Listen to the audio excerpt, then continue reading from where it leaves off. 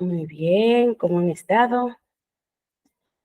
A ver, buenos días, ¿qué tal? ¿Cómo están todos ustedes? Bienvenidos a nuestra quinta sesión de psicología educativa.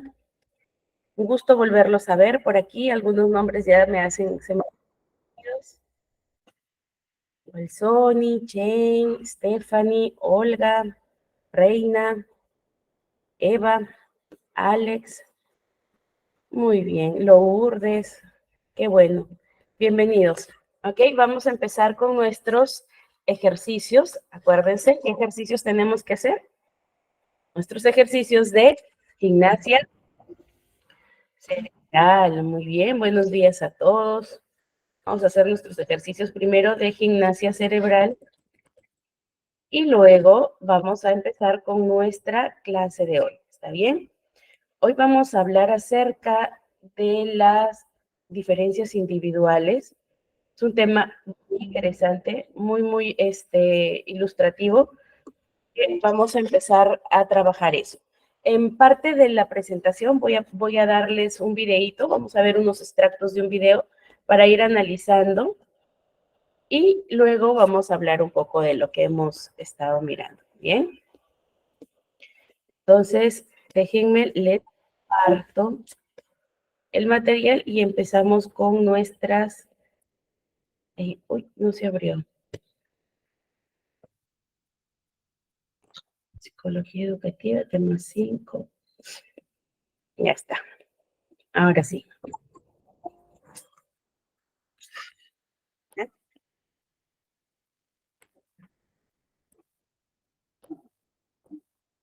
Muy bien. Ahora sí, ¿me confirman, por favor, si es que se observa bien? ¿Se ve bien? ¿Sí? ¿Se escucha bien? ¿Sí se ve? Muy bien. Listo. Entonces, vamos a empezar con nuestros ejercicios de gimnasia cerebral. Ya tenemos 5 minutitos. Perfecto. 5 minutitos tenemos para empezar nuestra clase. Vamos a empezar con nuestro primer ejercicio. ¿Recuerdan? El primer ejercicio era ¿verdad? Ok. Vamos a empezar. Ya saben, si alguno de ustedes quiere compartir su camarita, su pantallita, su imagen para ver cómo están haciendo los ejercicios, perfecto, ¿ya? Muy bien, segundo ejercicio. Se ve medio raro con el fondo. Ok, segundo ejercicio, ¿recuerdan? ¿No? Cambiamos.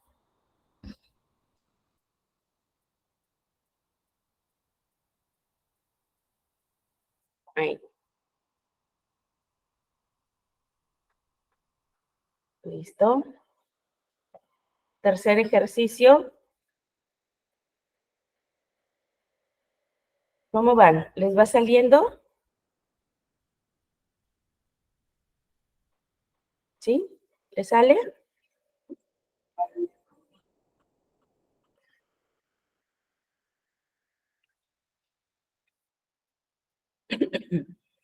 Muy bien. Cuarto ejercicio.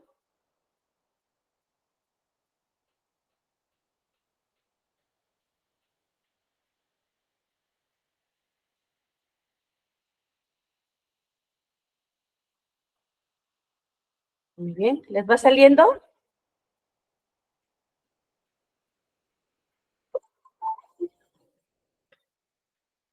Yes. Muy bien. Y a ver, le vamos a dar un poco más de tiempo a la escalera de dedos. ¿Está bien? ¿Están? A ver, ¿quién se anima? ¿Les va saliendo o no les va saliendo la escalera de dedos?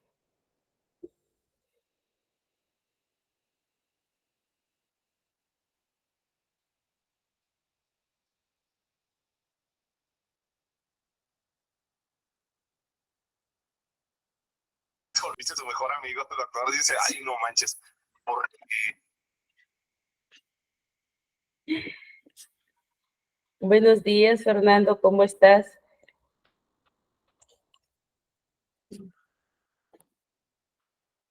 ¿Sí se ve? Pero, a ver, vamos con la escalerita de dedos. No se olviden, por favor, Tengan cuidado también al momento en que comparten su audio para que no tengan inconvenientes ustedes, ¿ya? De repente por ahí están en una conversación que es muy personal y vayamos nosotros a escuchar toda su conversación.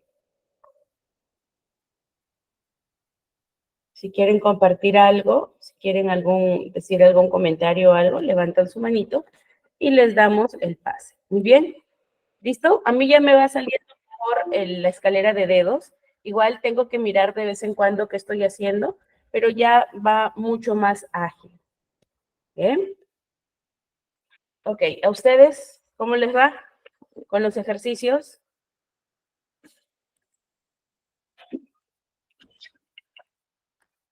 ¿Bien? Me siento relajada. ¿Ya no les duelen las manos? ¿Ya no? Ujú. Ya estamos casi al terminar. Aunque sea la escalera de dedos, aunque sea, tiene que por ahí ya irse coordinando los deditos, ¿listo? El sábado que tenemos nuestra última clase, ahí vamos a demostrar a nosotros mismos, nos vamos a demostrar mismos cuánto hemos progresado respecto a la conexión que tenemos entre los hemisferios y a la agilidad mental, ¿no? De poder ir haciendo estos ejercicios. Bien, saben, ya estamos concentrados, dispuestos para poder aprender el día de hoy. Perfecto, entonces ya me confirmaron que se escucha.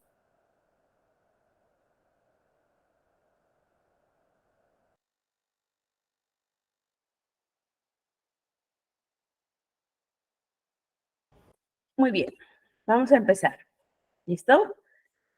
Hoy vamos a hablar acerca de esas diferencias individuales, ¿ya?, en el aula y cómo es que esas diferencias nos van a permitir a nosotros que podamos mejorar nuestras estrategias de enseñanza y también que mejore el aprendizaje y la memoria de nuestros estudiantes.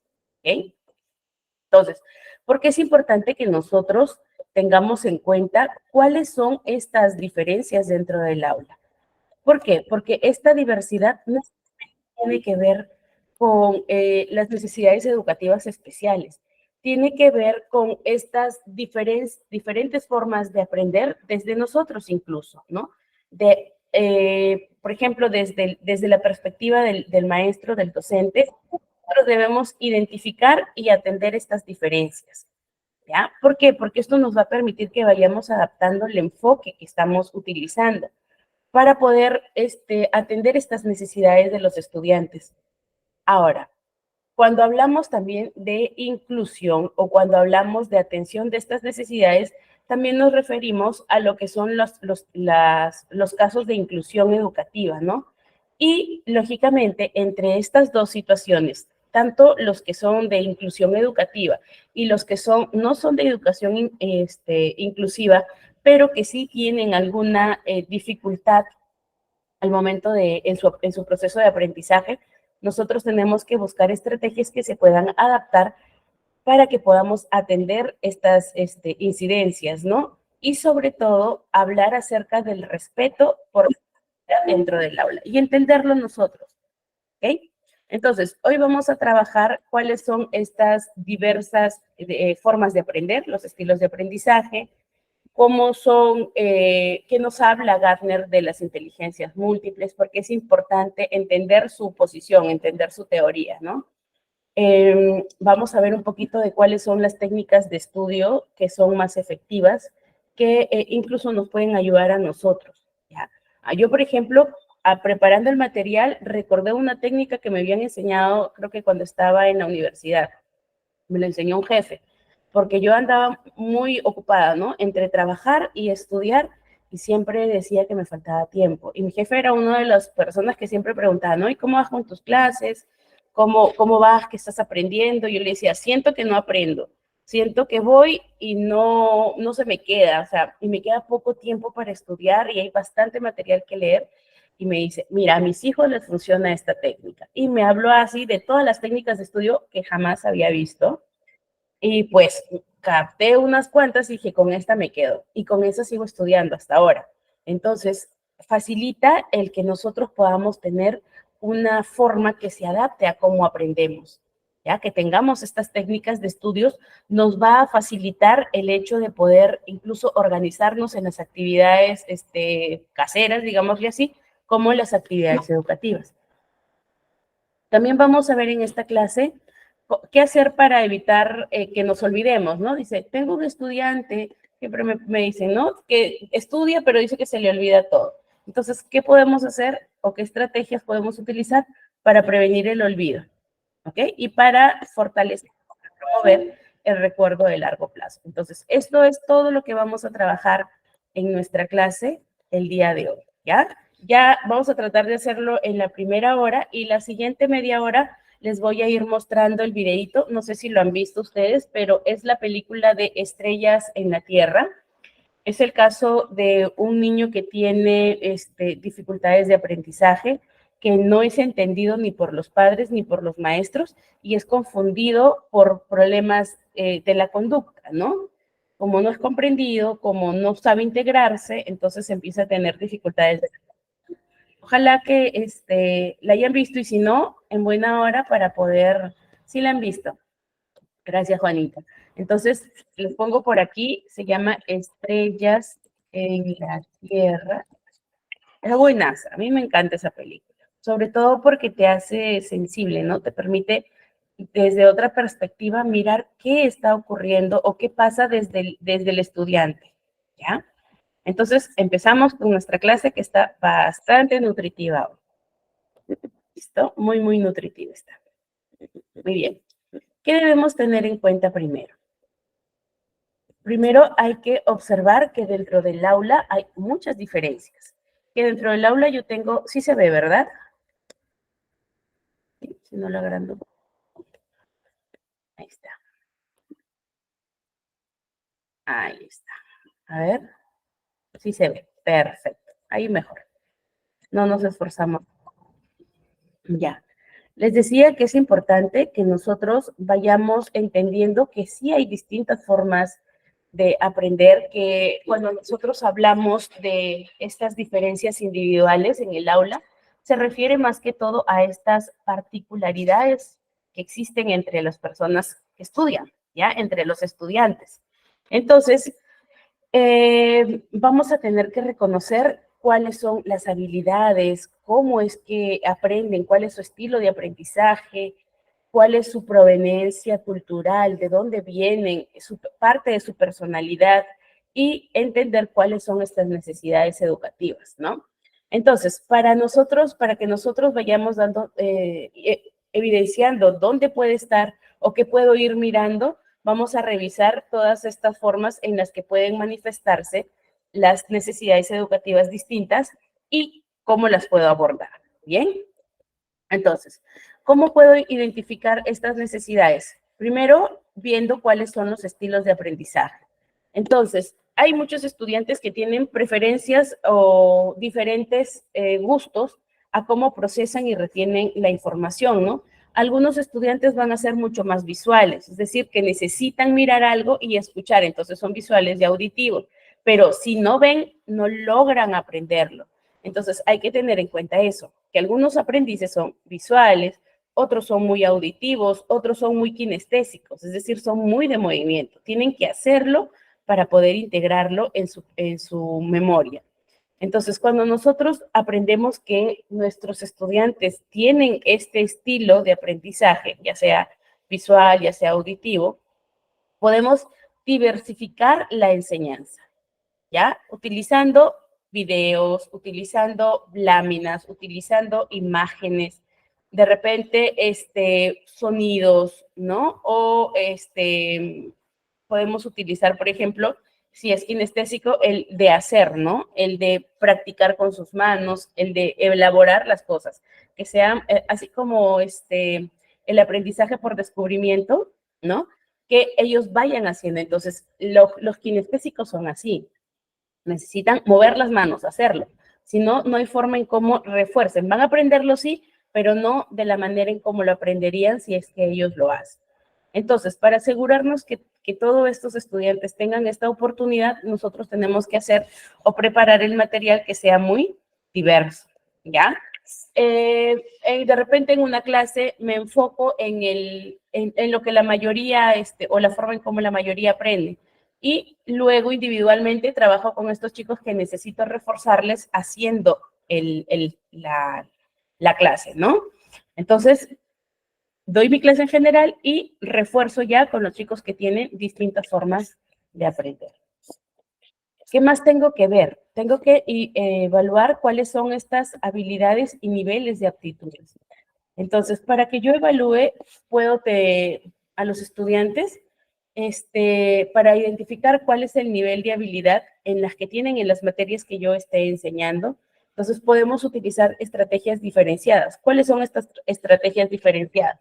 Estas son, por ejemplo, haciendo o elaborando unos ejercicios que vayan de menos a más, ¿no? Por ejemplo, ejercicios recontra fáciles, que los chicos dicen, uy, esto es papayita, ¿no? Pero para otro no es papayita, para otro sí representa bastante dificultad. Y allí vamos a ir evidenciando, ¿no? ¿Qué se les hace más sencillo y qué les causa dificultad? Entonces, a estos que les causa dificultad, incluso los ejercicios que son muy sencillos, a ellos tenemos que irles trabajando con un nivel bajo y luego irle incrementando gradualmente. Acuérdense de la zona de desarrollo próximo. Yo empiezo de lo que tienen y les voy exigiendo, les voy levantando en escalera, ¿no? Voy levantando la exigencia. Igual con los chicos que ya tienen un promedio, una media, ¿no? Les doy fáciles, pero también les doy algo que les exijan, que los hagan retarse. Entonces, esta es la forma en cómo voy a ir trabajando las habilidades y los niveles de aptitudes, ¿no? Siempre teniendo en cuenta niveles. Y, por ejemplo, si la mayoría de mi clase está en promedio, pero tengo 2 o 3 chicos que sí están superior al promedio, se me van a aburrir si yo no atiendo sus necesidades. Entonces, cuando yo tenga que verificar las diferencias individuales, tengo que ver quiénes están en el promedio, quiénes están debajo del promedio y quiénes están encima del promedio. Entonces, dotación, normalidad y deficiencia o dificultad. Tengo que ver esos 3 niveles. Y si es que tengo más de medio y unos cuantos de dotación, a esos unos cuantos de dotación tengo que prepararles material que les exija, que les rete, porque si no se aburren. Y ahí está la dificultad, que estos chicos, como ya no son retados, pierden esa atención o esa concentración o ese encanto por ir a la escuela. Y ya no tienen que aprender. Así que es importante que yo mide estos 3 niveles, ¿ya? Los que tienen alguna dificultad, lo normal y los dotados o superior. ¿Qué más debo tener en cuenta? ¿Cuáles son estas necesidades especiales? Por ejemplo, si tengo alguna discapacidad, algún alumno con discapacidad de aprendizaje o de repente discapacidad visual, discapacidad motora, auditiva, ¿ya? Sí, las clases tienen que ser dinámicas y tienen que contemplar todo eso. O sea, yo no voy a trabajar solo en la media, o sea, solo para la mayoría. Tengo que atender los que están en minoría, que están por debajo de mi media y los que están superior a mi media. No los puedo descuidar, ¿ya? La clase puede ser para todos, pero el nivel de ejercicios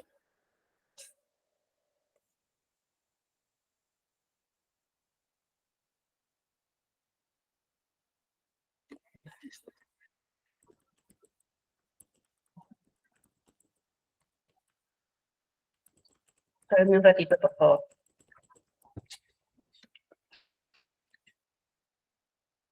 ¿Ya?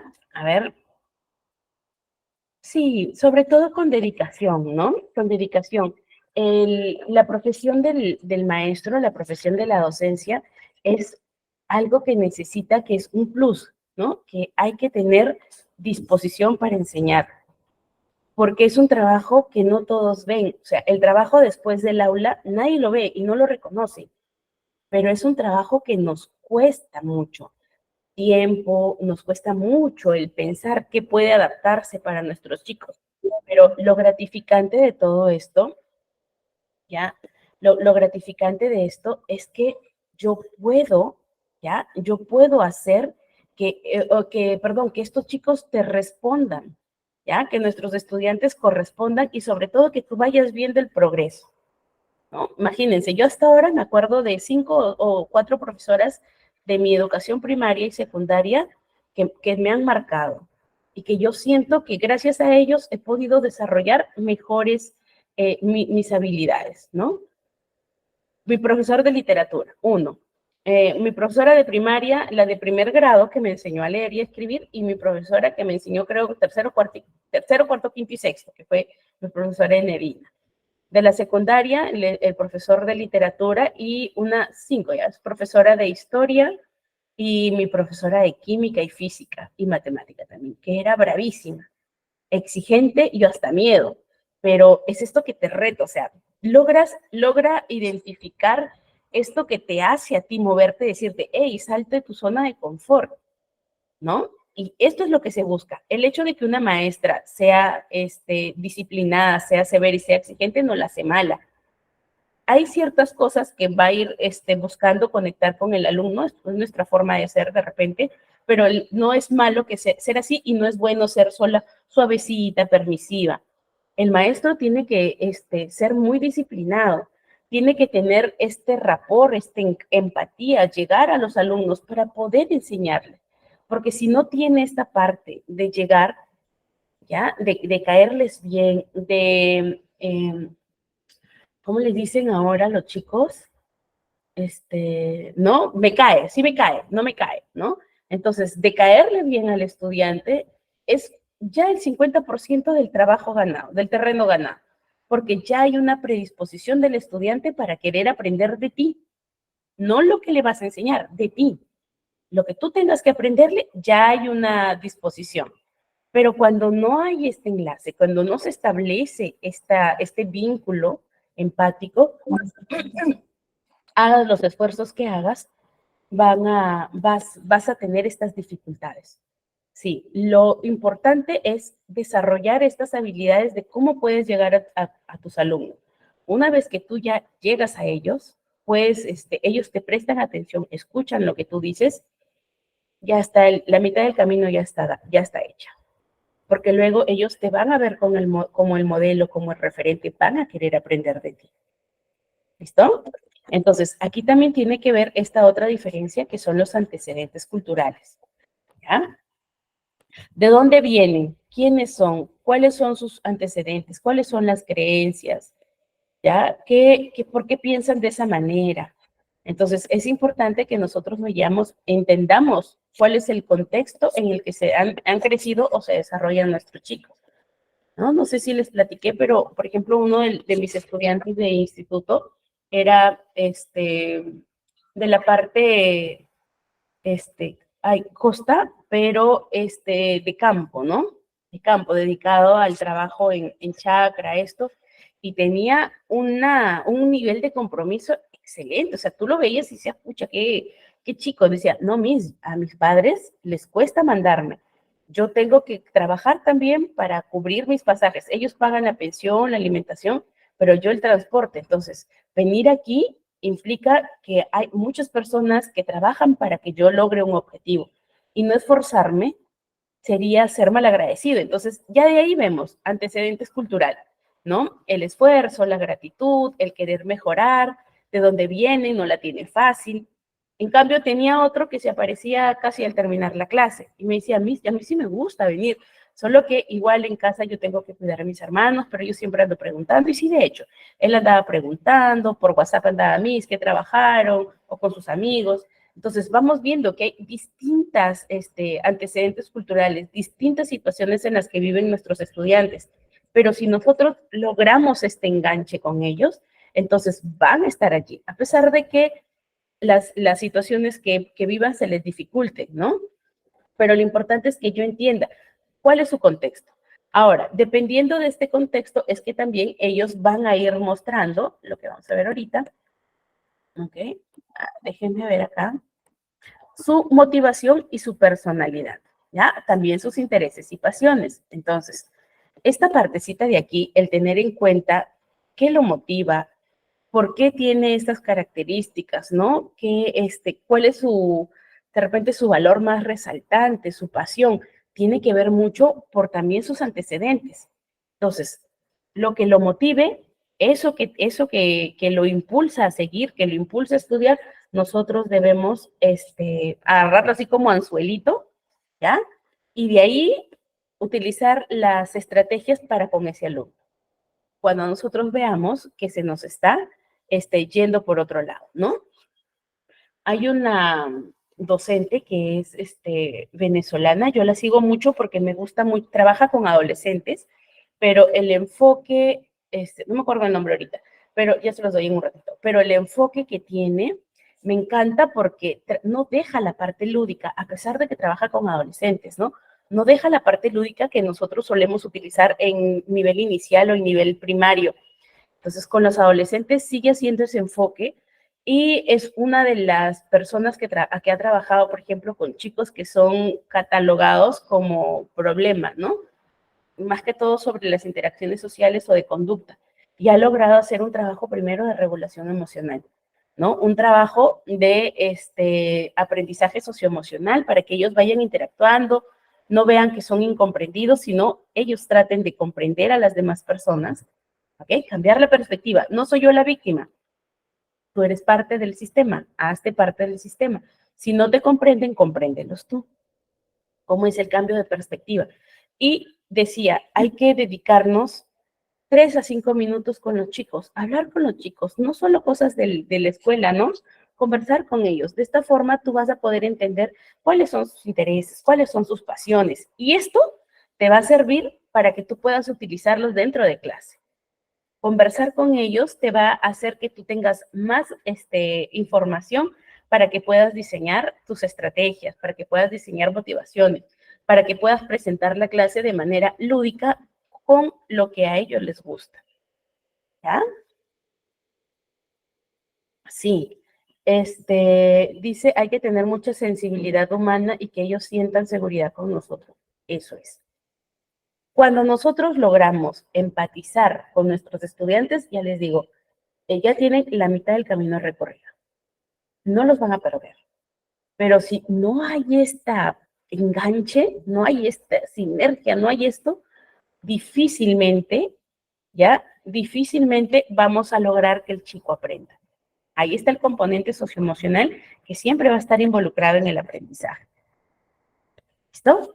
El trasfondo económico también es importante. A veces nos ocurre que, por ejemplo, en la escuela pública, en Perú al menos nos mandan textos, ¿no? El Estado reparte unos libros y las ejemplos o las referencias que utiliza son muchos ejemplos, por ejemplo, de zona sierra, de zona selva. Y estás en la costa y dices, oye, ¿qué será eso? No lo entienden, ¿no? No entienden, no es el contexto. Entonces, a pesar de que tengamos ese material, pues el maestro tiene que hacer los ejercicios, adaptar los ejercicios a la cultura en la que está desarrollando su clase y también al trasfondo económico, ¿no? Es como si yo les dijera, por ejemplo, cambiando las posiciones, ¿no? En la sierra. Les digo, cuando van al mall y van a hacer, por ejemplo, van a comprarse alguna ropa o van a comer a un restaurante en el mall y los niños se te van a quedar mirando, ¿no? ¿Qué es salir primero? ¿Qué es el mall?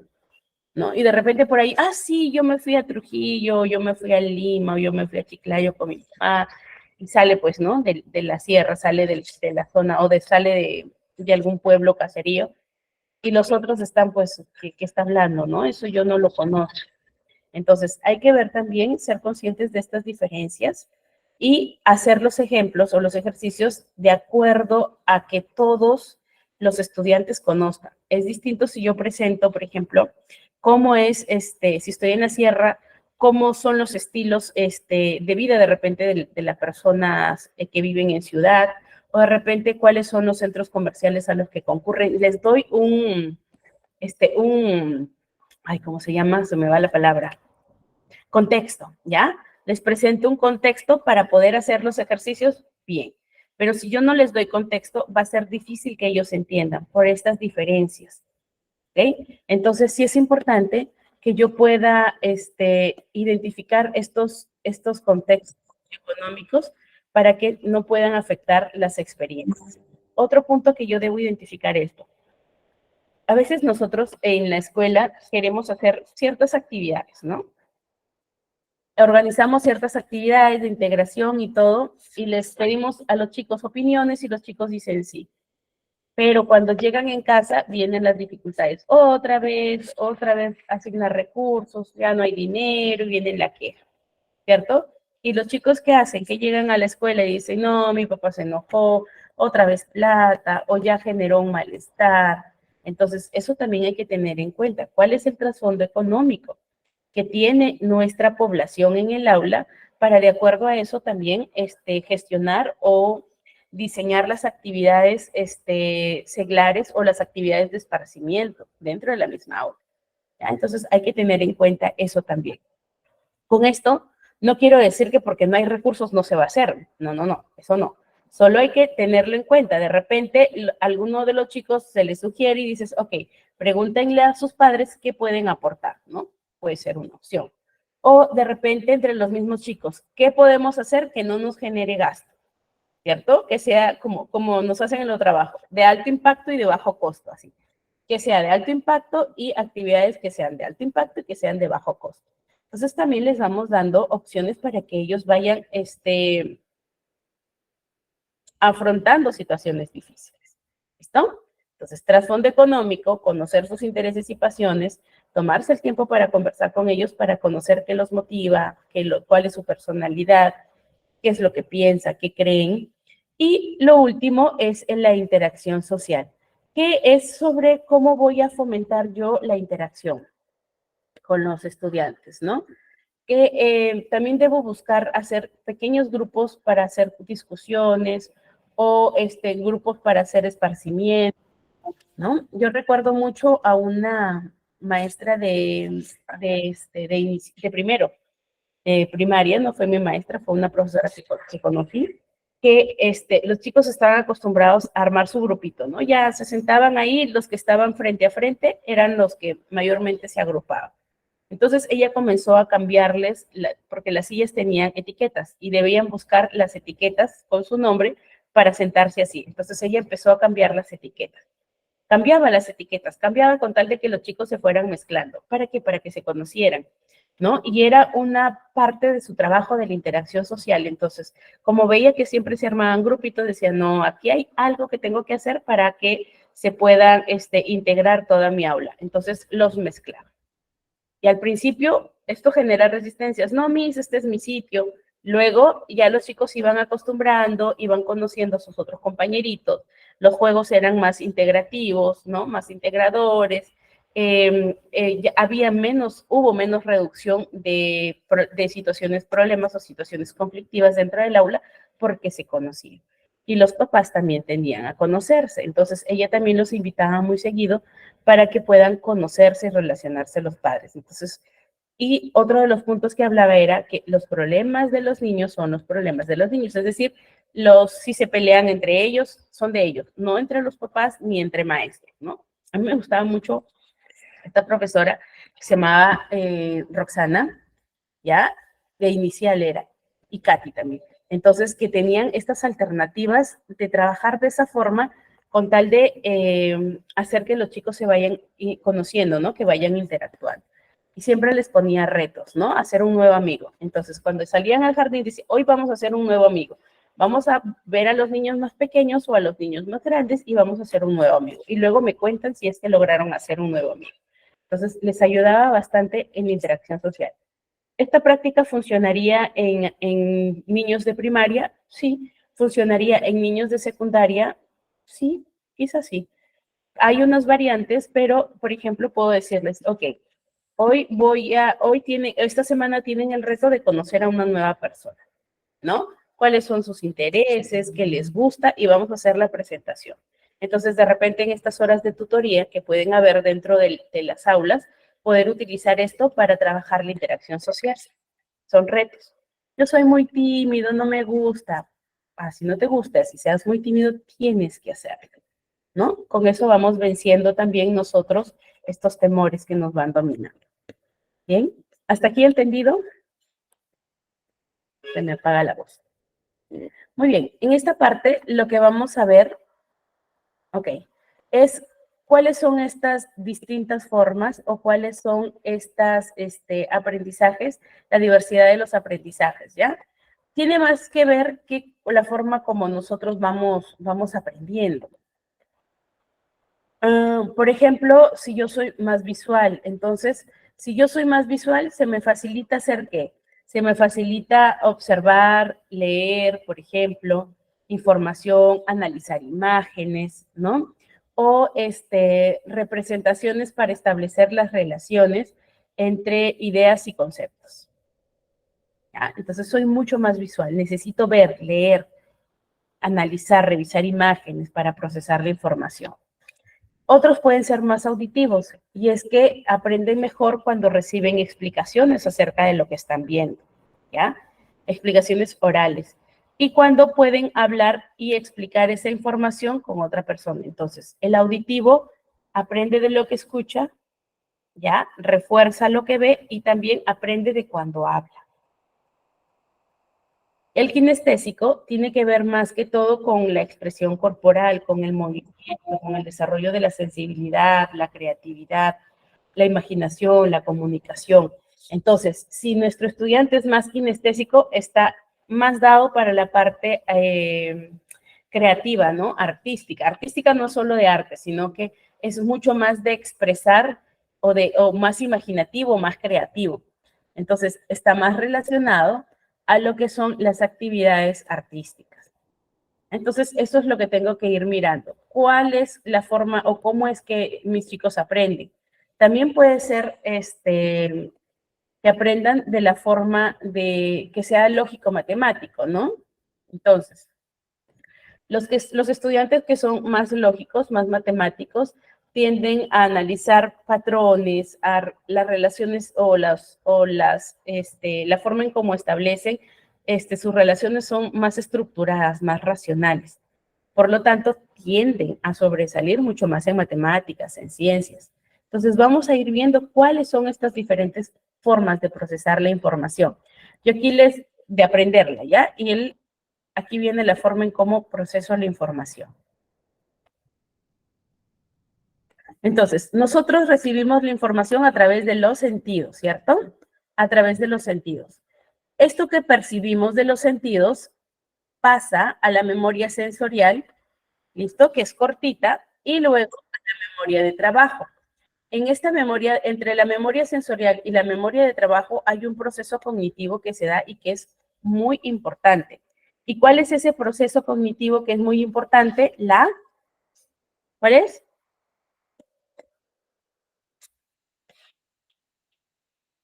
¿Se acuerdan? Exacto, la atención. ¿Qué pasa si yo estoy así? No, están hablándome, enseñándome, yo estoy atento. Puede que sí, pero no va a ser tan fuerte, no va a estar tan, digámosle así, supongamos, mi atención es a la capacidad 100%, estoy al 20%. Exacto, se capta a medias, ¿verdad? Se va captando como extractos y a las finales cuando integras la información no tiene la misma enlace que si la escuchas correctamente. Entonces, allí es donde se producen los olvidos. Porque durante el proceso de adquisición de información, la atención debe ser consciente, debe ser plena para que la información de trabajo, que está poquísimo tiempo en nuestra cabeza, pueda relacionarse con mis conocimientos previos y pueda irse almacenando a la memoria a largo plazo. ¿Ok?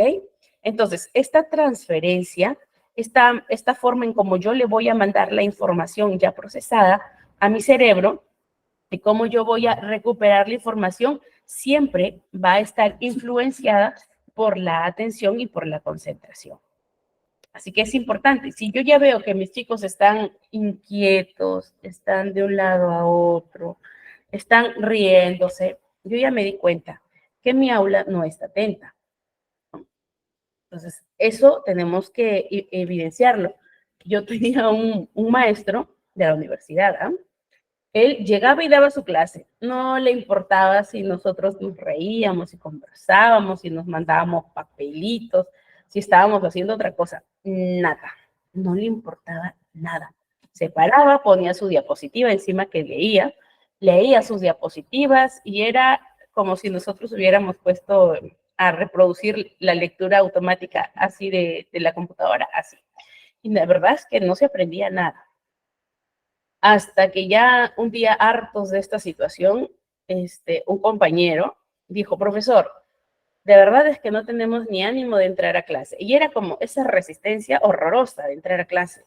Estabas afuera y tú: ay, no entro porque ya estoy aburrida de este profe, no aprendo nada, no, encima es un robot, ni siquiera se inmuta por lo que hagamos, nada. Hasta que un compañero le dijo: pues no podemos seguir así.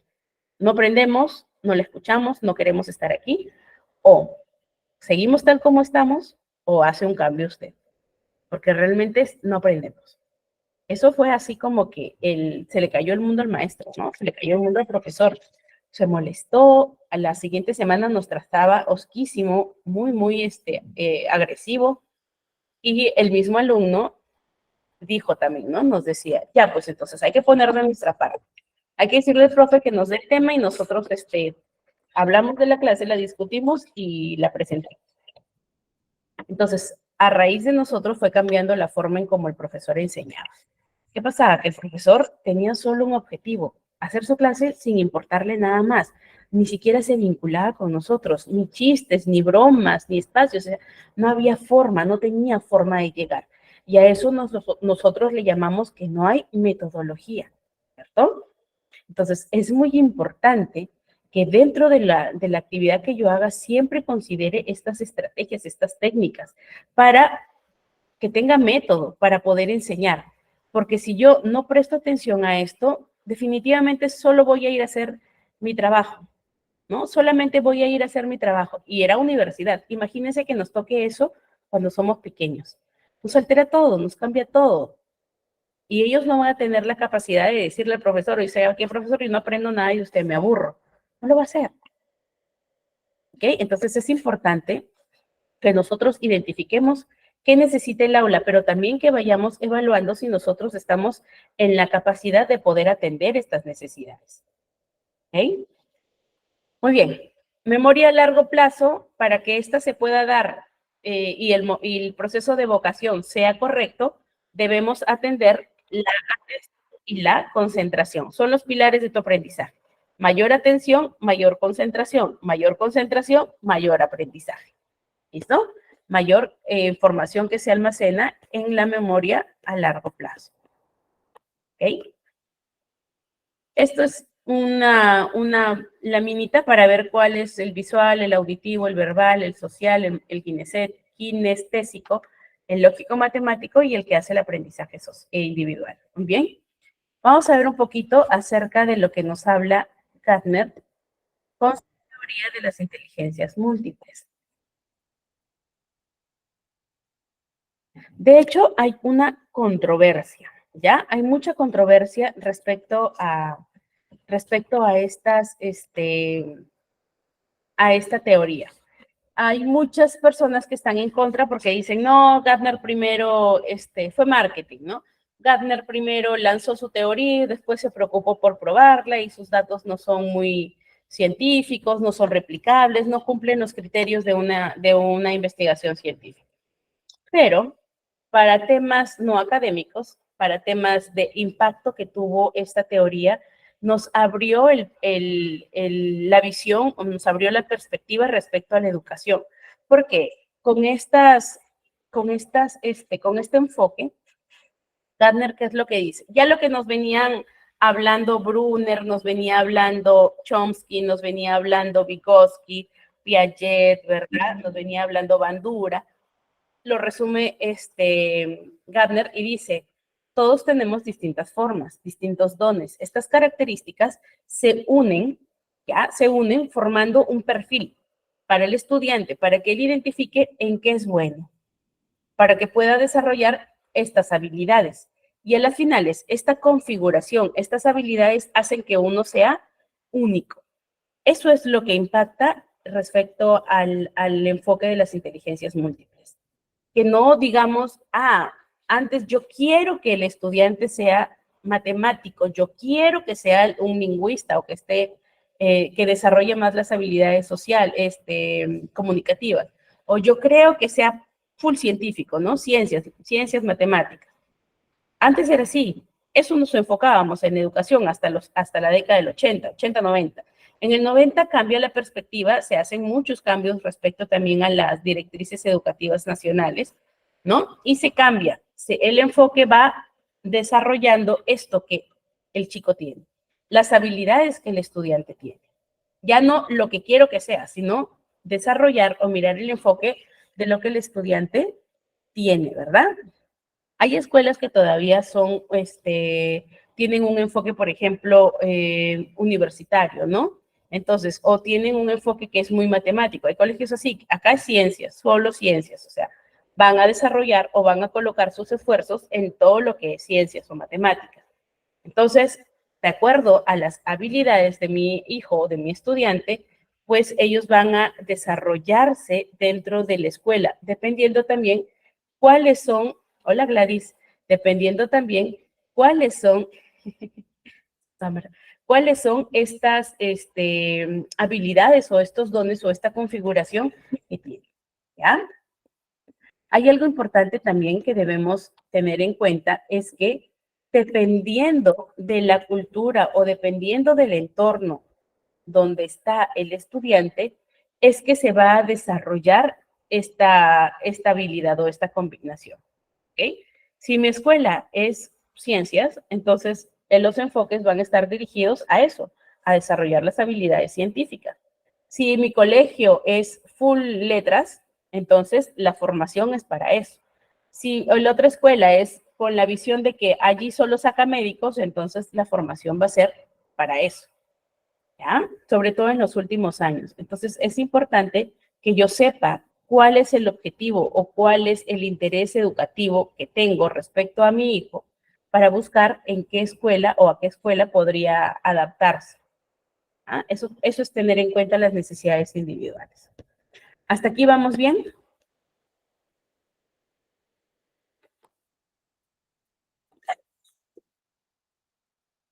Perfecto, estamos a tiempo. Permítanme un ratito para traer agüita que se me está secando la boca. ¿Ya?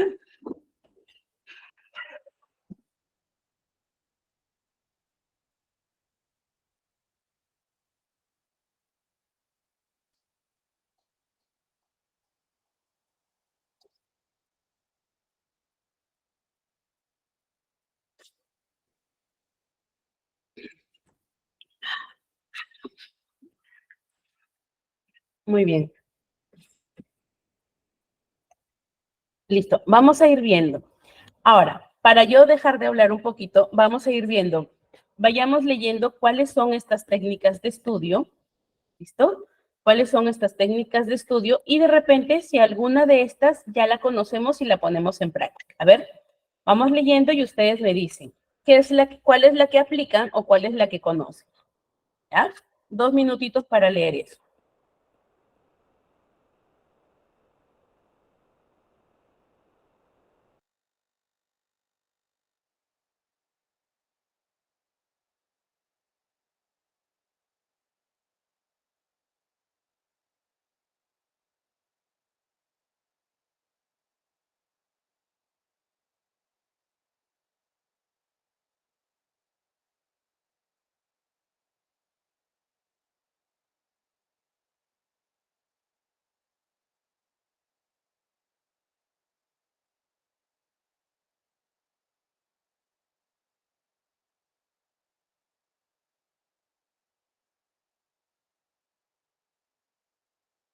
¿Está? ¿Listo? Muy bien. ¿Qué técnica utilizan? A ver, ¿qué técnica conocen y qué técnica han utilizado? Todas. Ok.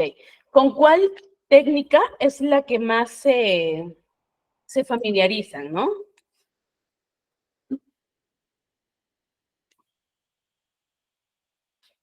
Ok, conoces todas, pero utilizas la de apuntes. Muy bien, planificación, organización, toma de apuntes efectiva. Listo. ¿Qué más?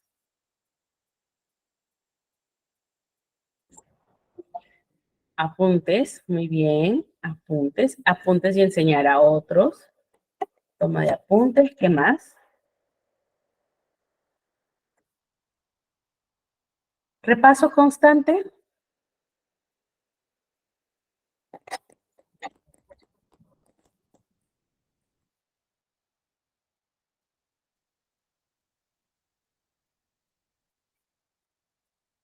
Variación en los modos de estudio. Muy bien, descanso y cuidado. El de descanso y cuidado es una técnica o una estrategia que se utiliza en alternancia con otra. Por ejemplo, si yo soy de estudiar todos los días, ¿no? Tengo un horario, ya planifiqué mi horario. Entonces, dentro de ese horario, dentro del trabajo que voy haciendo, pongamos, yo tengo 2 horas y media de estudio, ¿ok? Entonces, y diariamente estudio 3 cursos, supongamos, en cursos diarios. Entonces, entre cada curso, yo tomo un descanso de 10 minutos. Por lo tanto, voy a ir dándole 45 minutos de estudio a cada curso. ¿Ya? 45 minutos de estudio. Entonces, tomo un descanso, estudio 45, descanso 15, ya va 1 hora. Tomo 45, descanso 15, ya van 2 horas. Y en la media hora, o 10 minutos puedes trabajar. Y en la media hora te quedan 30 minutos, que es para que trabajes lo último de tu tarea, ¿no? Lo repases el último curso. Entonces, empiezas con el más difícil, sigues con un intermedio y terminas con el más fácil, con el que se te hace más sencillo. ¿Por qué con el más difícil? Porque es como estás bien, estás animado, estás descansado, empiezas con ese curso y terminas con el que más te gusta o el que más se te hace sencillo para que tengas ánimos de volver a empezar al siguiente día. ¿Okay? Y respetas 2 horas y media con un descanso de 10 minutos entre cada curso para que podamos, evitar esta fatiga mental. ¿Ya? Ese es el descanso y cuidado. Entonces, programar descansos entre cada tarea. Porque si yo le enseño a un chico solo descanso y cuidado, va a decir, ya, mejor descanso y me cuido y no estudio, ¿no? Esa es una tarea en alternancia. Otra de las estrategias que sirven mucho es la toma de apuntes, pero la toma de apuntes hay una estrategia que es como una L, ¿no? En el centro colocas todo lo que escuchas, todo lo que te llama la atención. En la línea que haces en la parte del margen izquierdo, vas anotando los puntos resaltantes. O sea, esto que te captó, esto que te enganchó, puntos resaltantes o datos interesantes. Y en la parte de abajo, lo que vas a hacer es, una vez que tú repasas, vas a escribir los conceptos que tú has captado, que tú vas formándote. Entonces, eso, por ejemplo, es una estrategia que ¿quién nos puede explicar el que estoy utilizando? Ah, es este que les estoy explicando, ¿no? Voy a mostrarles, esperen un ratito, por acá ando con mi cuaderno, les muestro cómo es.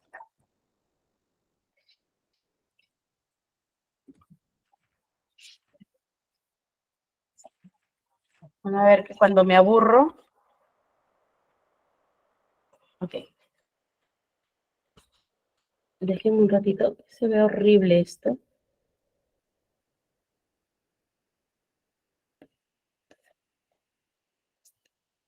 No se ve, ¿verdad?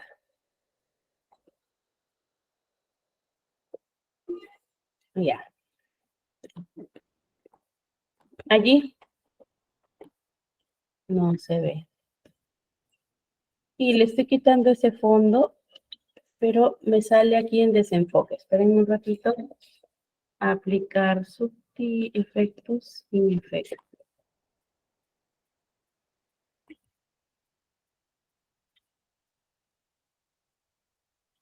Al fondo, ya, ahí está. Ahí ven. Este es el que me enseñó. Tiene su nombre. Ya se los mando. Tiene su nombre. Divido mi hoja en 3. Aquí lo más resaltante, lo que me llama la atención. Aquí lo que explica, ¿ya? Lo que explica en el texto. Y en la parte de aquí abajo va los conceptos, que no está. No repasé la lección y no hay conceptos. Pero miren.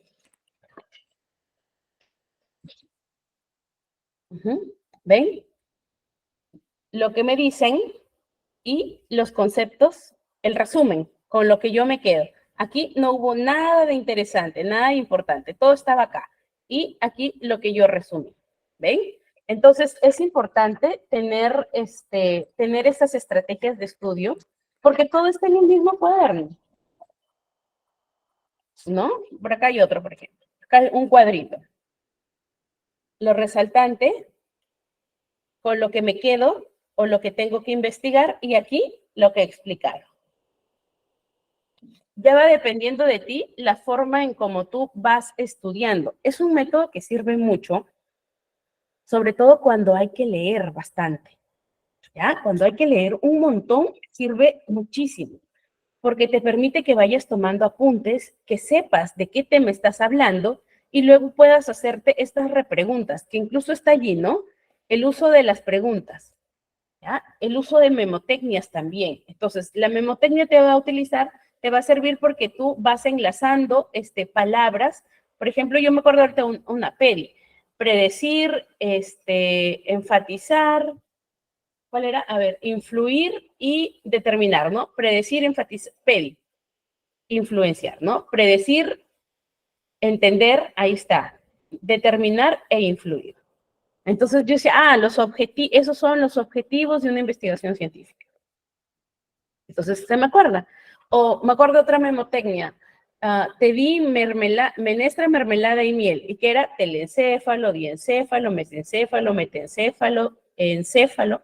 Entonces, así me aprendía las cosas. Entonces, las memotecnias ayudan mucho cuando la información que nosotros tenemos es muy pesada. O utilizar palabras que sepas que te abren un abanico de conceptos. ¿Ya? Entonces, estas estrategias de estudio, de hecho, a la primera no te van a salir, a la segunda tampoco. Y es importante que yo poco a poco las vaya practicando. Y es algo como que ya se queda. Yo cojo mi cuaderno, hago mis rayas y ya está. ¿No? Tengo una amiga en la universidad que me decía, ¿por qué siempre rayas tu cuaderno? Y le explico, ¿no? Yo estudio de esta forma. Yo divido así mi cuaderno porque acá voy a tomar nota. Acá hago los apuntes que a mí me parecen resaltantes, o sea, ideas resaltantes, y cuando ya hago un repaso o en el mismo momento que yo ya estoy entendiendo los conceptos, anoto. La ley del serrucho también, sí. Entonces, me decía, oye, mira, me voy a copiar tu técnica. Y le digo, si te copio, te enseño. Es más, ¿no? Es importante, porque si tú ves que esto te funciona, entonces replícalo siempre. Yo, desde que me le enseñaron, de hecho, fue algo que le decía, que mi jefe me dijo, Enrique se llamaba mi jefe, me decía, ¿verdad, Jessy, que te va a servir? ¿Ya? Te va a servir muy bien. Te va a servir muy bien para poder explicar, ¿ya? Para poder entender. Y así fue como me gustó enseñar. ¿Ya? Así fue como me gustó enseñar, porque yo antes era así como muy alocada, no sé si les decía, tenía tantas ideas en la cabeza que no lograba plasmarlas. Y cuando yo quería decir, era como que vomitaba todo lo que sabía y no tenía orden, hablaba muy rápido. Todavía sigo hablando rápido, pero ya no tanto. Entonces, cuando empecé a estudiar con esta técnica, me ayudó mucho, sobre todo, a ordenar las ideas. ¿Ya? A ordenar las ideas, a comenzar a enlazar. Mientras más lees, más información tienes y tienes que, para sintetizar la información, tienes que empezar a enlazar. Entonces, siempre hacía esto y me sirvió. Lo hago desde que tengo 21 años, ya estoy casi doblando la edad, así que casi esa técnica, 20 años, no menos, 18 años estudiando con esa técnica y te juro que no la he dejado. Es algo que a mí me funcionó. Escribir me funciona, yo soy más visual de aprender, muy auditiva también, entonces yo veo y tengo que escribir, tengo que tomar notas, tengo que escuchar, hablo lo que digo, a veces cuando estudio sola, grabo incluso, ¿no? Me grabo y luego escucho incluso aprendo más, refuerzas. Siempre tengo mis notas para cuando tengo que hacer una exposición, preparo mi presentación y aparte voy haciendo mis notas de qué es lo que voy a ir hablando con los tiempos para que te vaya alcanzando. Entonces, eso es importante. Ahorita ya se me fue el tiempo, por ejemplo, ¿no? Entonces, es importante que nosotros nos anticipemos a lo que vamos a trabajar. Por ejemplo, esto de los 7 métodos también que nos sirven para que podamos retener información es, por ejemplo, las memotécnicas, ¿no? Las reglas memotécnicas. Las sesiones cortadas y espaciadas, que les decía, si vas a estudiar en casa, vas a darle 2 horas adicionales al estudio, entonces tienes que trabajar temas que sean cortos. Nosotros tenemos el mal hábito de que se nos presenta un examen y tratamos de coger mucho, ¿verdad? Mucho, es decir, quiero avanzar 10 páginas, quiero avanzar 20 páginas. Y a las finales no hacemos nada porque es muy grande el objetivo. Pero si yo me programo diciendo, muy bien, de hoy a la fecha en que tengo mi examen, tengo, pongamos, un mes. Muy bien, tengo un mes, 30 días. Si yo dedico 2 horas diarias, primero miro, ¿no? ¿Cuánto puedo avanzar en 2 horas? Y me pongo una meta. Entonces, diario tengo que avanzar 10 hojas o 15 hojas, diario, y haciendo mi resumen. Y esas sesiones cortas y espaciadas van a ayudar a que yo también pueda ir aplicando cualquiera de estos 3 métodos, que es el PLEMA, el SQ3R y el PQRST. Déjenme busco, que está en inglés esas palabras, y que nosotros podamos ir aplicando esos métodos, ¿ya? Entonces, el método, por ejemplo, SQ3R es el método de revisar, de cuestionar y de las 3 R's, ¿ya? Voy irme acá para buscarlo porque, para irles diciendo qué es. SQ3R. Por ejemplo, el método de estudio SQ3R es este método que nos pide, voy a descargarles la imagen para mandarles, ¿ya? Que es, sobre todo, te va a pedir o te exige lo de la comprensión lectora. Entonces, para que yo pueda entender qué estoy leyendo, tengo que hacer este paso. Primero, tengo que examinar la información. Miro, ojeo, ¿qué es lo que tengo que ver? ¿Cuánto es lo que tengo que estudiar? Pregunto, ¿qué es la Q de question? ¿Qué voy a preguntar? ¿Qué sé del tema? ¿Ya? ¿Qué sé del tema? ¿Qué sé acerca de esto? Sé nada. Ok, no sabes nada. Está bien. Tercer paso, read, leer. ¿Y qué voy a leer? Leer todo. Leer, empezar a leer progresivamente, empezar a leer. Leo en voz baja, leo en silencio y luego leo en voz alta, o sea, empiezo a recitar, que es la segunda R, ¿ok? Read, recite, que es recitar, hablo en voz alta, hablo lo que estoy leyendo, lo enfatizo, lo vivo. Y luego la tercera R, que es el review, que es el revisar. Muy bien, y vuelvo a la primera pregunta. ¿Qué sé del tema? Entonces, ya debo saber algo. Y ahí está el SQ3R. ¿Ya? Es survey de revisar, es preguntar, question, preguntar, es read, recite y review. O sea, leer, recitar, hablar en voz alta y revisar. ¿Ok? Luego viene lo de la memoria visual y es que al texto yo le pueda asociar una imagen.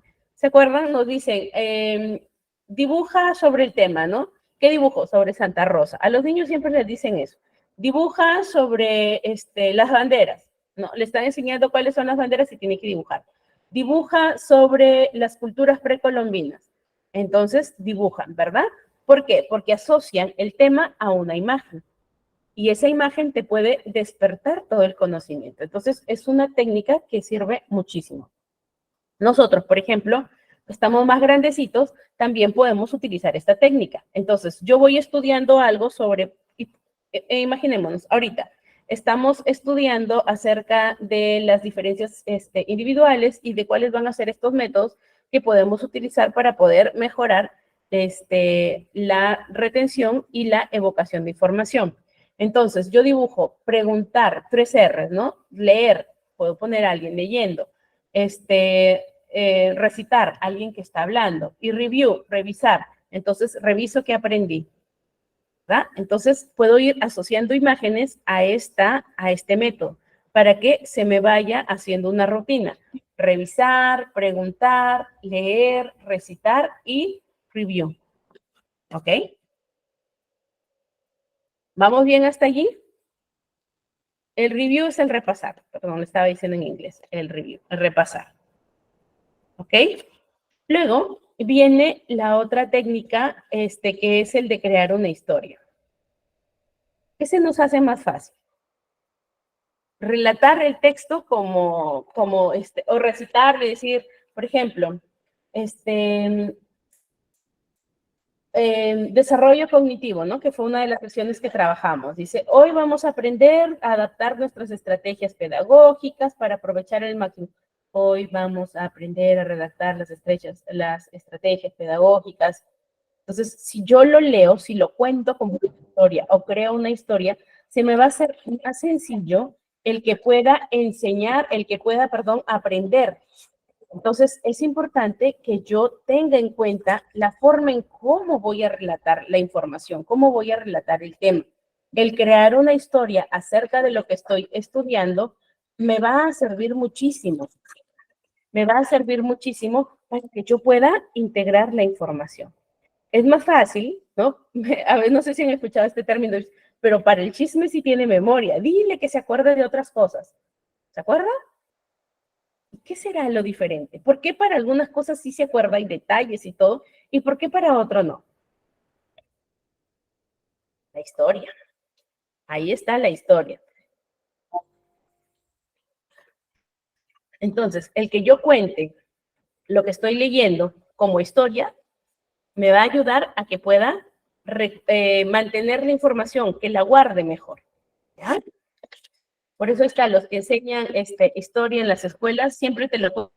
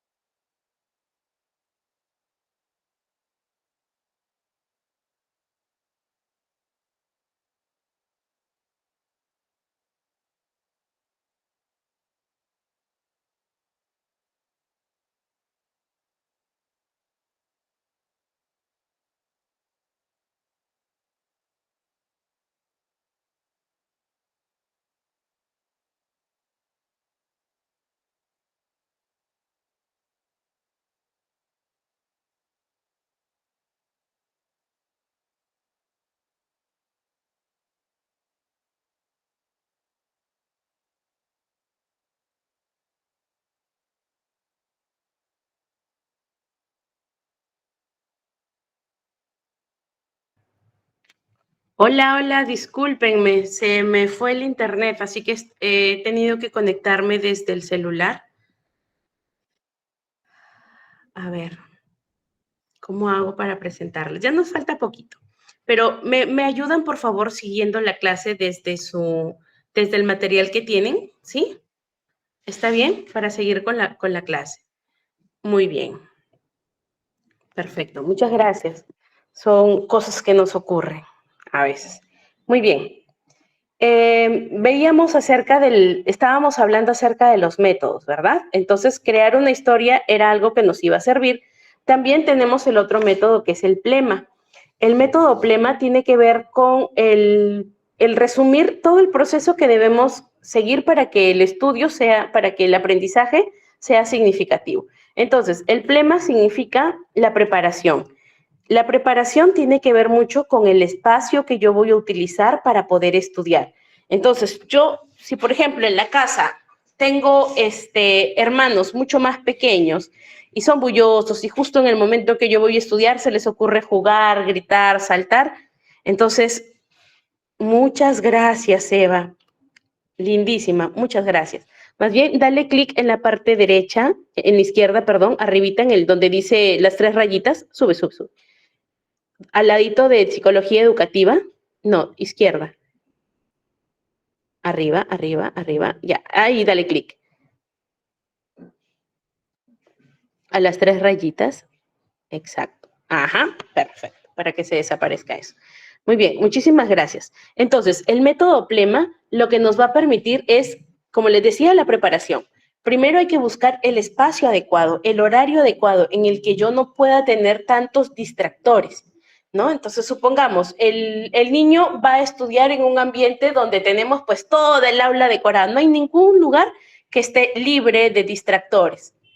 Entonces, eso también les va a perjudicar en la casa, ¿ya? Sobre todo que estos métodos los vamos a utilizar en casa. Yo lo voy a mandar a estudiar a la sala, donde entran y salen, pasan y hay harto movimiento por allí. Y los chicos pequeños juegan allí. ¿Se va a poder estudiar? No, se va a distraer. Por lo tanto, es importante la preparación, que yo tenga un lugar adecuado para poder estudiar. Luego viene la lectura activa. La lectura activa tiene que ver con la forma en cómo yo le voy a empezar a leer, el énfasis que le voy a dar a la lectura, ¿ya? La interpretación que voy a ir dando. Y luego viene la E, que es la elaboración de mis mapas semánticos, mis cuadros sinópticos, mis hojas de resúmenes. Entonces, lo que yo elabore para reforzar lo que estoy leyendo. Y luego la memorización. La memorización efectiva, significativa, ya tiene que ver con el cómo yo me voy a aprender la lección. Entonces, en los mapas semánticos o en los cuadros resúmenes, yo voy a, aquí está, yo voy a empezar a hacer memorizar, ¿no? Por ejemplo, quiero aprenderme acerca de los incas, entonces empiezo a memorizarme los incas, memorizo, ¿no? ¿Quién empezó el primer inca, el segundo inca, el tercer inca? Así, voy memorizando. Miren que no habla acerca de que te lo aprendas, es memorizar. Y luego de que memorizas, viene la autoevaluación. Entonces, el plema, ¿a quién le serviría? A los chicos que les gusta memorizar, ¿cierto? Distinto al método SQ3R, que tiene que ver más que todo sobre la retención de información y que sea mucho más efectiva, retener información. Pero a quienes les sirve el memorizar, plema va con ellos. ¿Ya? Plema va con ello. Y el otro método que tenemos es el método PQRST. ¿Qué busca el PQRST? Este método de estudios lo que busca es la comprensión, luego la retención de información, ¿ya? Comprensión y la retención de la información. Entonces, en el método PQRST, ¿ya? Este método lo que busca es que nosotros primero hojeemos lo que vamos a estudiar. Ojees, hagas una vista previa, por eso es el preview. Revises, ¿no? Revises, buscar información de lo que tienes que aprender. Luego viene la Q, que es del question. Vas a elaborar 5 preguntas o 6 preguntas acerca del tema. Estas preguntas las vas a tener que responder con la información que tú has buscado, que es el preview, el ojear. Luego viene la R, que es el de la lectura. Respondiste esas preguntas acerca solo de lo que hojeaste. Entonces, ahora te vas a tomar un tiempo para leer los textos, ¿ya? De repente, para leer más información, para fortalecer lo que leí con algunos videos o tutoriales de internet o con material que yo refuerce la información que primero hojeé, ¿ya? Que primero leí, que busqué. Luego viene la S, que es de summary, ¿ya? O del self-recitation, que es responder las preguntas que planteé al inicio. Miren, las mismas preguntas que tuve, las mismas las respondo, pero ahora después de haber leído y haber reforzado la información. Al finalizar esto, yo voy a hacer una prueba. Compruebo lo que he hecho. Esta prueba puede ser que yo mismo lo haga, ya no 5 preguntas, sino más preguntas, o busque un test, busque una prueba acerca del tema y las responda. Entonces, este método PQRST, puedes, por ejemplo, que es algo de lo que nosotros utilizamos, ¿no? Cuando les enseñamos a los chicos, ¿qué le decimos? Ya, lee. Y luego te voy a hacer preguntas, le haces las preguntas, ¿cierto? Y el chico te le responde ahí medio que sí, medio que no. Y tú le dices nuevamente, vuelve a leer y reforzamos, ¿no? Con alguna otra, tú le platicas, le cuentas o le explicas y le vuelves a preguntar. Y ahora te cambia la respuesta, ¿verdad? Es incluso un poco más consistente. O le das ejemplos y te logra ejemplificar el concepto que quieres. Y después de eso, el chico viene y te dice, ya, ahora sí, ya, tómame, ya me lo sé. Ahí cambias las preguntas. Entonces, vas a comprobar que aprendió el tema mediante una evaluación, ¿no? Simulas un examen. Entonces, este método PQRST sirve, por ejemplo, cuando los chicos tienen que estudiar o les gusta estudiar con alguien más o de repente son más analíticos, ¿no? Entonces, sirve esto para este tipo de estudiantes, ¿ya? La manera en cómo tú pones en práctica los métodos depende mucho de estas habilidades o estas capacidades que tú tienes y que deseas explorar. Entonces, las técnicas de aprendizaje y las técnicas de memoria tienen que ver también con este estilo que tú tienes, ¿ya? Con la forma en que tú tienes de poder aprender. ¿Puedes avanzar a la siguiente diapositiva, por favor?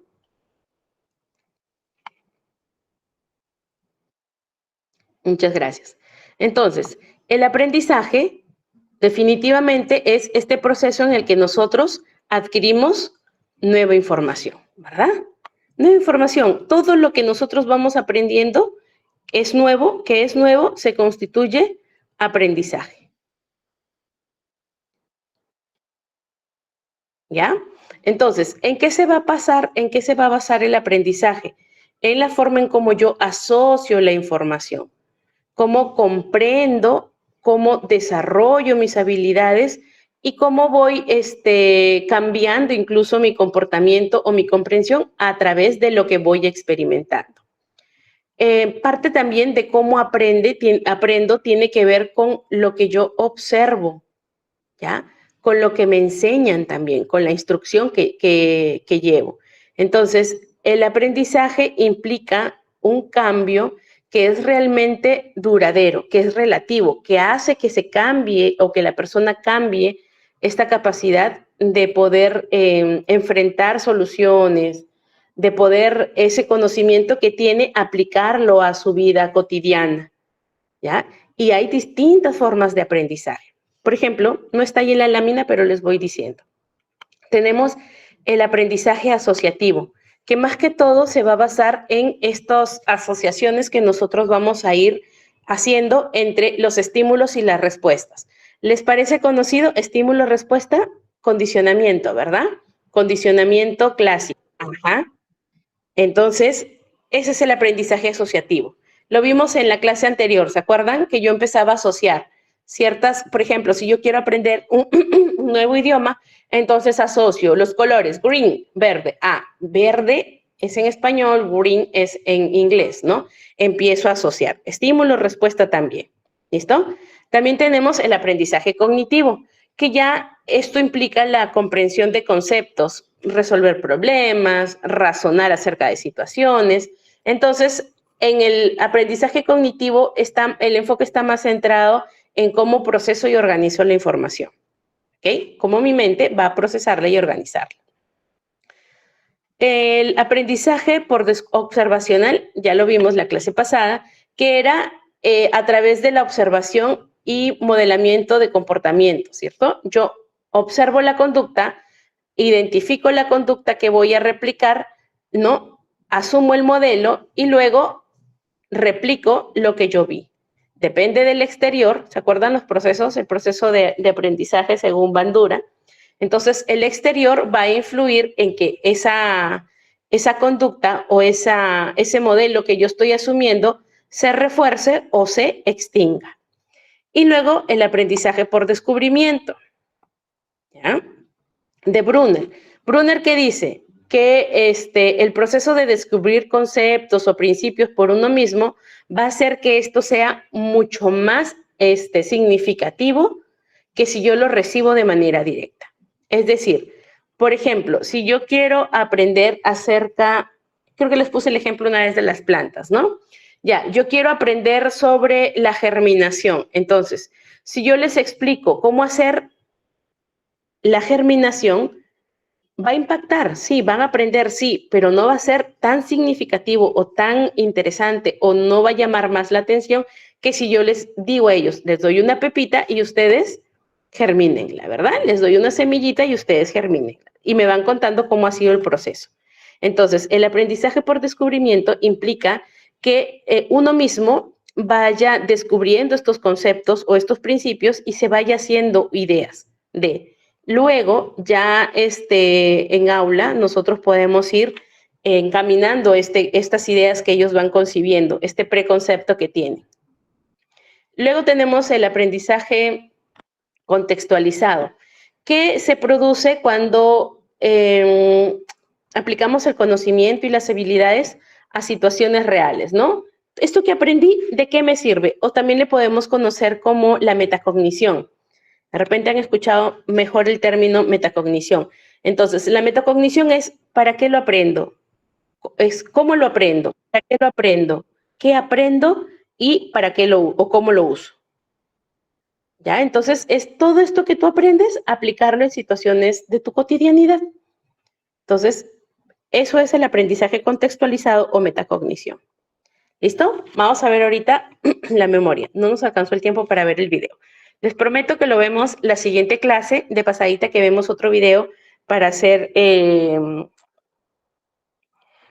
lo que es resolución de conflictos, ¿ya? Voy a buscar unos que esté por ahí enlazadito para no quedarnos en el aire con esta actividad que quería hacer. Nos ganó la hora. Ni modo. Entonces, vamos a ver qué es la memoria. La memoria es esta capacidad que nosotros tenemos para almacenar información, para retenerla y recuperar. Entonces, ¿cuál es el proceso de memorización?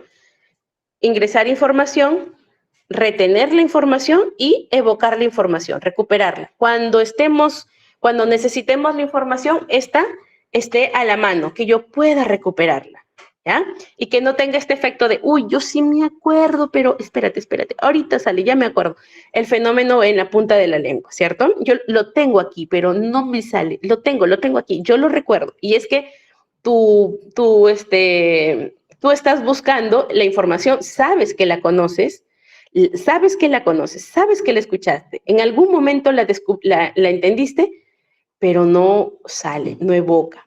Entonces, ahí hay una falla en el proceso de evocación. ¿Y por qué ocurre esto? Ocurre porque la información, como les decía, se integró a nuestra memoria de largo plazo, pero no se integró de manera correcta o ha sido por episodios que no se ha logrado integrar bien. Se tiene el conocimiento de que se sabe de eso, pero no se tiene la información correcta. ¿Okay? Eso puede ocurrir en el proceso de evocación. Otra de las dificultades que puede ocurrir en el proceso de evocación es que es información que sí la aprendiste, pero que no se suele utilizar o refrescar con regularidad y por lo tanto vas a tardar más en evocar la información. ¿Ya? Entonces, la memoria, ¿qué tipos de memorias tenemos? Por ejemplo, hay memoria sensorial. Y es que la memoria sensorial es muy breve, lo vimos allá, es un segundo, ¿no? Brevísima. Esta memoria retiene información sensorial. ¿Cuál es la información sensorial? Esto que recogemos a través del tacto, el olfato, el oído, la vista, el gusto, ¿ya? Es a través de los sentidos y que tiene un cortito periodo de tiempo que va a estar allí. Luego viene la memoria a corto plazo, que ya esta memoria donde nosotros vamos a almacenar la información, que es temporal. Yo les pregunto a ustedes, ¿qué comieron hace 2 semanas? ¿Se van a acordar?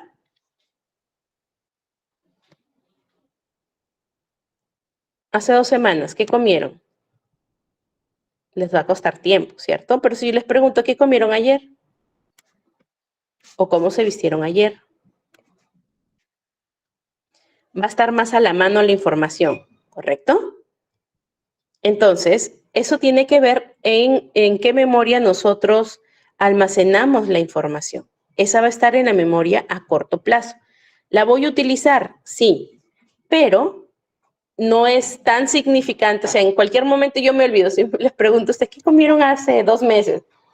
Olvídate, no me acuerdo ni qué comí hace 2 semanas y me voy a acordar hace 2 meses, ¿no? Entonces, porque no es información que se tenga que almacenar. Va a estar por un tiempo hasta que se olvide o se transfiera a la memoria de largo plazo. ¿Listo? La memoria a corto plazo es como la alternancia. Está allí, si tiene significancia, avanza a la memoria a largo plazo y si no, simplemente se desecha.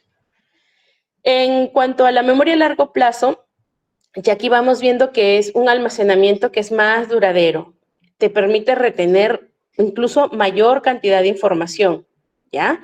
Puede ser, incluso el tiempo puede ser días, horas, años o incluso para toda la vida, ¿cierto? Esa es la memoria a largo plazo. Luego la declarativa, la memoria declarativa, tiene más que ver con la memoria semántica, ¿ya? Con hechos, con conceptos. Entonces, tenemos memoria declarativa, incluye memoria semántica, que va a guardar todo lo que son los hechos y conceptos. La memoria episódica, todo lo que son eventos y citas y experiencias personales, ¿ya? Eventos y experiencias personales. Entonces, la memoria declarativa va a dividirse en la semántica y episódica. Semántica, conceptos, episódica, eventos o experiencias. La memoria procedimental tiene que ver con esta memoria en la que nosotros vamos a guardar los movimientos motores, ¿ya? Las habilidades motoras. Por ejemplo, yo sé cómo desmontar y montar yo sé cómo desmontar y montar, abrir y volver a encajar un televisor, ¿no? Entonces, eso es la memoria procedimental. Tiene que ver mucho con procedimientos, con habilidades motoras, cómo recuerdo el paso a paso para hacer algo. Por ejemplo, un recuerdo o un aprendizaje que está guardado en la memoria procedimental tiene que ver, por ejemplo, si yo sé montar bicicleta, conducir un auto, conducir una motocicleta, tocar un instrumento, ¿ya? Tiene que ver con la memoria procedimental. De ahí tenemos la memoria implícita y la explícita, que la memoria implícita es esta memoria no consciente. Yo no me doy cuenta de que influye en el comportamiento y en el conocimiento. No me doy cuenta, pero ahí está la memoria implícita. Y la explícita es ya la memoria consciente de que podemos recordar y declarar de manera consistente. La implícita es todo lo que va guardando sin que me lo enseñe, ¿ya? Es algo no consciente y la explícita sí es lo consciente. ¿Cómo la memoria y el aprendizaje están relacionados? Están estrechamente relacionados, porque el aprendizaje involucra que nosotros adquiramos nueva información, desarrollemos habilidades mientras vamos adquiriendo la información y la memoria me va a servir para poder retener y recuperar esta información. Entonces, estos dos procesos que son de funcionamiento cognitivo son esenciales para que yo pueda desarrollarme. ¿Listo? Si estamos entendiéndonos allí, ¿verdad? Ok, perfecto. Entonces, vamos aquí con esta última laminita, por favor. La última laminita, la 9. Ok. En la 9 es cómo vamos a enseñar a que la información se facilite, ¿ya? Que se retenga, perdón, que se retenga la información. Ajá. Entonces, lo que vamos a hacer es, por ejemplo, utilizar parte de las memotecnias, que es el repaso espaciado. Entonces, hacer que los estudiantes puedan repasar la información de manera espaciada. Si tenemos clases interdiarias de ese curso, entonces repasarlo 2 días antes de que me toque la clase, ¿no? O de repente repasar la información antes de que me toque el examen. Perdón. Ay. Perdón. Antes de que me toque el examen, entonces yo voy programando cuándo debo ir repasando la información. Que no sea toda de golpe. Gracias, disculpen. El enseñar a otros también es una de las formas como yo voy a ir aprendiendo, ¿ya? Si yo enseño a otros, yo aprendo, ¿ya? Los conceptos, el que yo enseñe los conceptos significa que yo ya los entendí. Si yo ya los entendí, ya aprendí. Ya que enseñar, tú has reforzado tu propia comprensión y tu retención. Entonces, por eso el enseñar a otros también nos va a ayudar a prevenir el olvido. Algo de lo que podemos hacer en clase, por ejemplo, es aprendimos de un tema, muy bien, yo les enseñé un tema, perfecto. Entonces, vamos a hacer grupos y vamos a hablar acerca de lo que hemos aprendido hoy. Eso es parte del enseñar a otros. ¿Ya? Asociación de ideas. Entonces, la asociación de ideas es otra de las técnicas o es otra de las estrategias que vamos a utilizar para evitar el olvido, ¿ya? Porque va a crear asociaciones mentales de diferentes conceptos o palabras claves que puedan ayudarnos a recordar información. Asociación de ideas. ¿Qué nos va a servir? Las memotecnias. ¿Qué también nos va a servir? Los cuadros, los mapas sinápticos o los cuadros resúmenes, ¿cierto? Entonces, nos va a ir ayudando a mejorar esta forma en cómo nosotros vamos a darle énfasis o vamos a trabajar la evocación de información. La interconexión de conceptos tiene que ver también con cómo yo asocio las palabras, cómo asocio las ideas, que tienen que ver un concepto con otro, ¿ya? La interconexión de conceptos va a relacionar lo que yo sé, mi conocimiento previo, con la información nueva que estoy aprendiendo. Entonces, esta relación entre estos dos conceptos, los antiguos y los nuevos, van a fortalecer el contenido que yo tengo y por lo tanto la información va a ser más fácil de que yo la recuerde. Bien. El otro tenemos la práctica activa.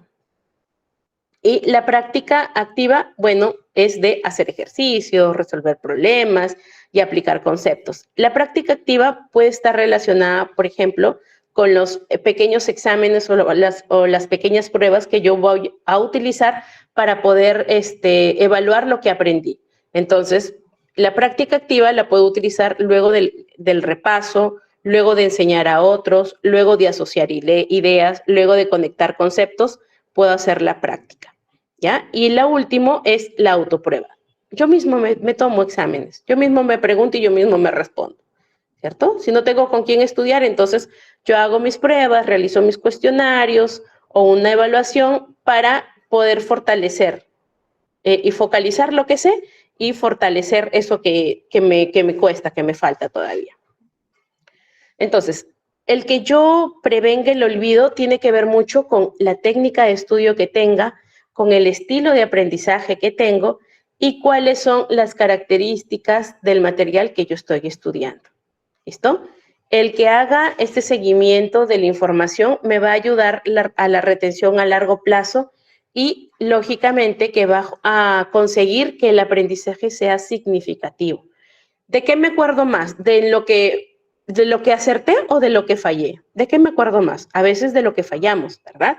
Entonces, el ensayo-error también nos va a dar bastante información que nos va a permitir que nosotros recordemos de mejor manera o vayamos haciendo análisis de lo que vamos estudiando y aprendamos de mejor manera. ¿Listo? Nos hemos pasado de tiempo bastante. Disculpen ese corte de energía también que tuve, corte de internet. Y muchas gracias a Eva del Pilar por apoyarme con la presentación del material para continuar con nuestra clase. Muy bien. Por favor, nos encontramos el día sábado para nuestra última sesión. Prometo organizar el trabajo para que nos alcance el tiempo para ver los videos que les he hablado. Y los dejo ahorita con Roxana, ¿ya? Para que con ella puedan hacer, hablar los temas de los exámenes, lo de la certificación, de repente si ya quieren ir viendo eso, ¿ok? Muchas gracias a todos ustedes por estar presentes en la clase y nos estamos encontrando el día sábado a las 9 de la mañana. Que tengan buen día. Muchas gracias, Miss. Gracias por la clase, chicos. Excelente la clase del día de hoy. Y sí, chicos, como ya tienen conocimiento, el examen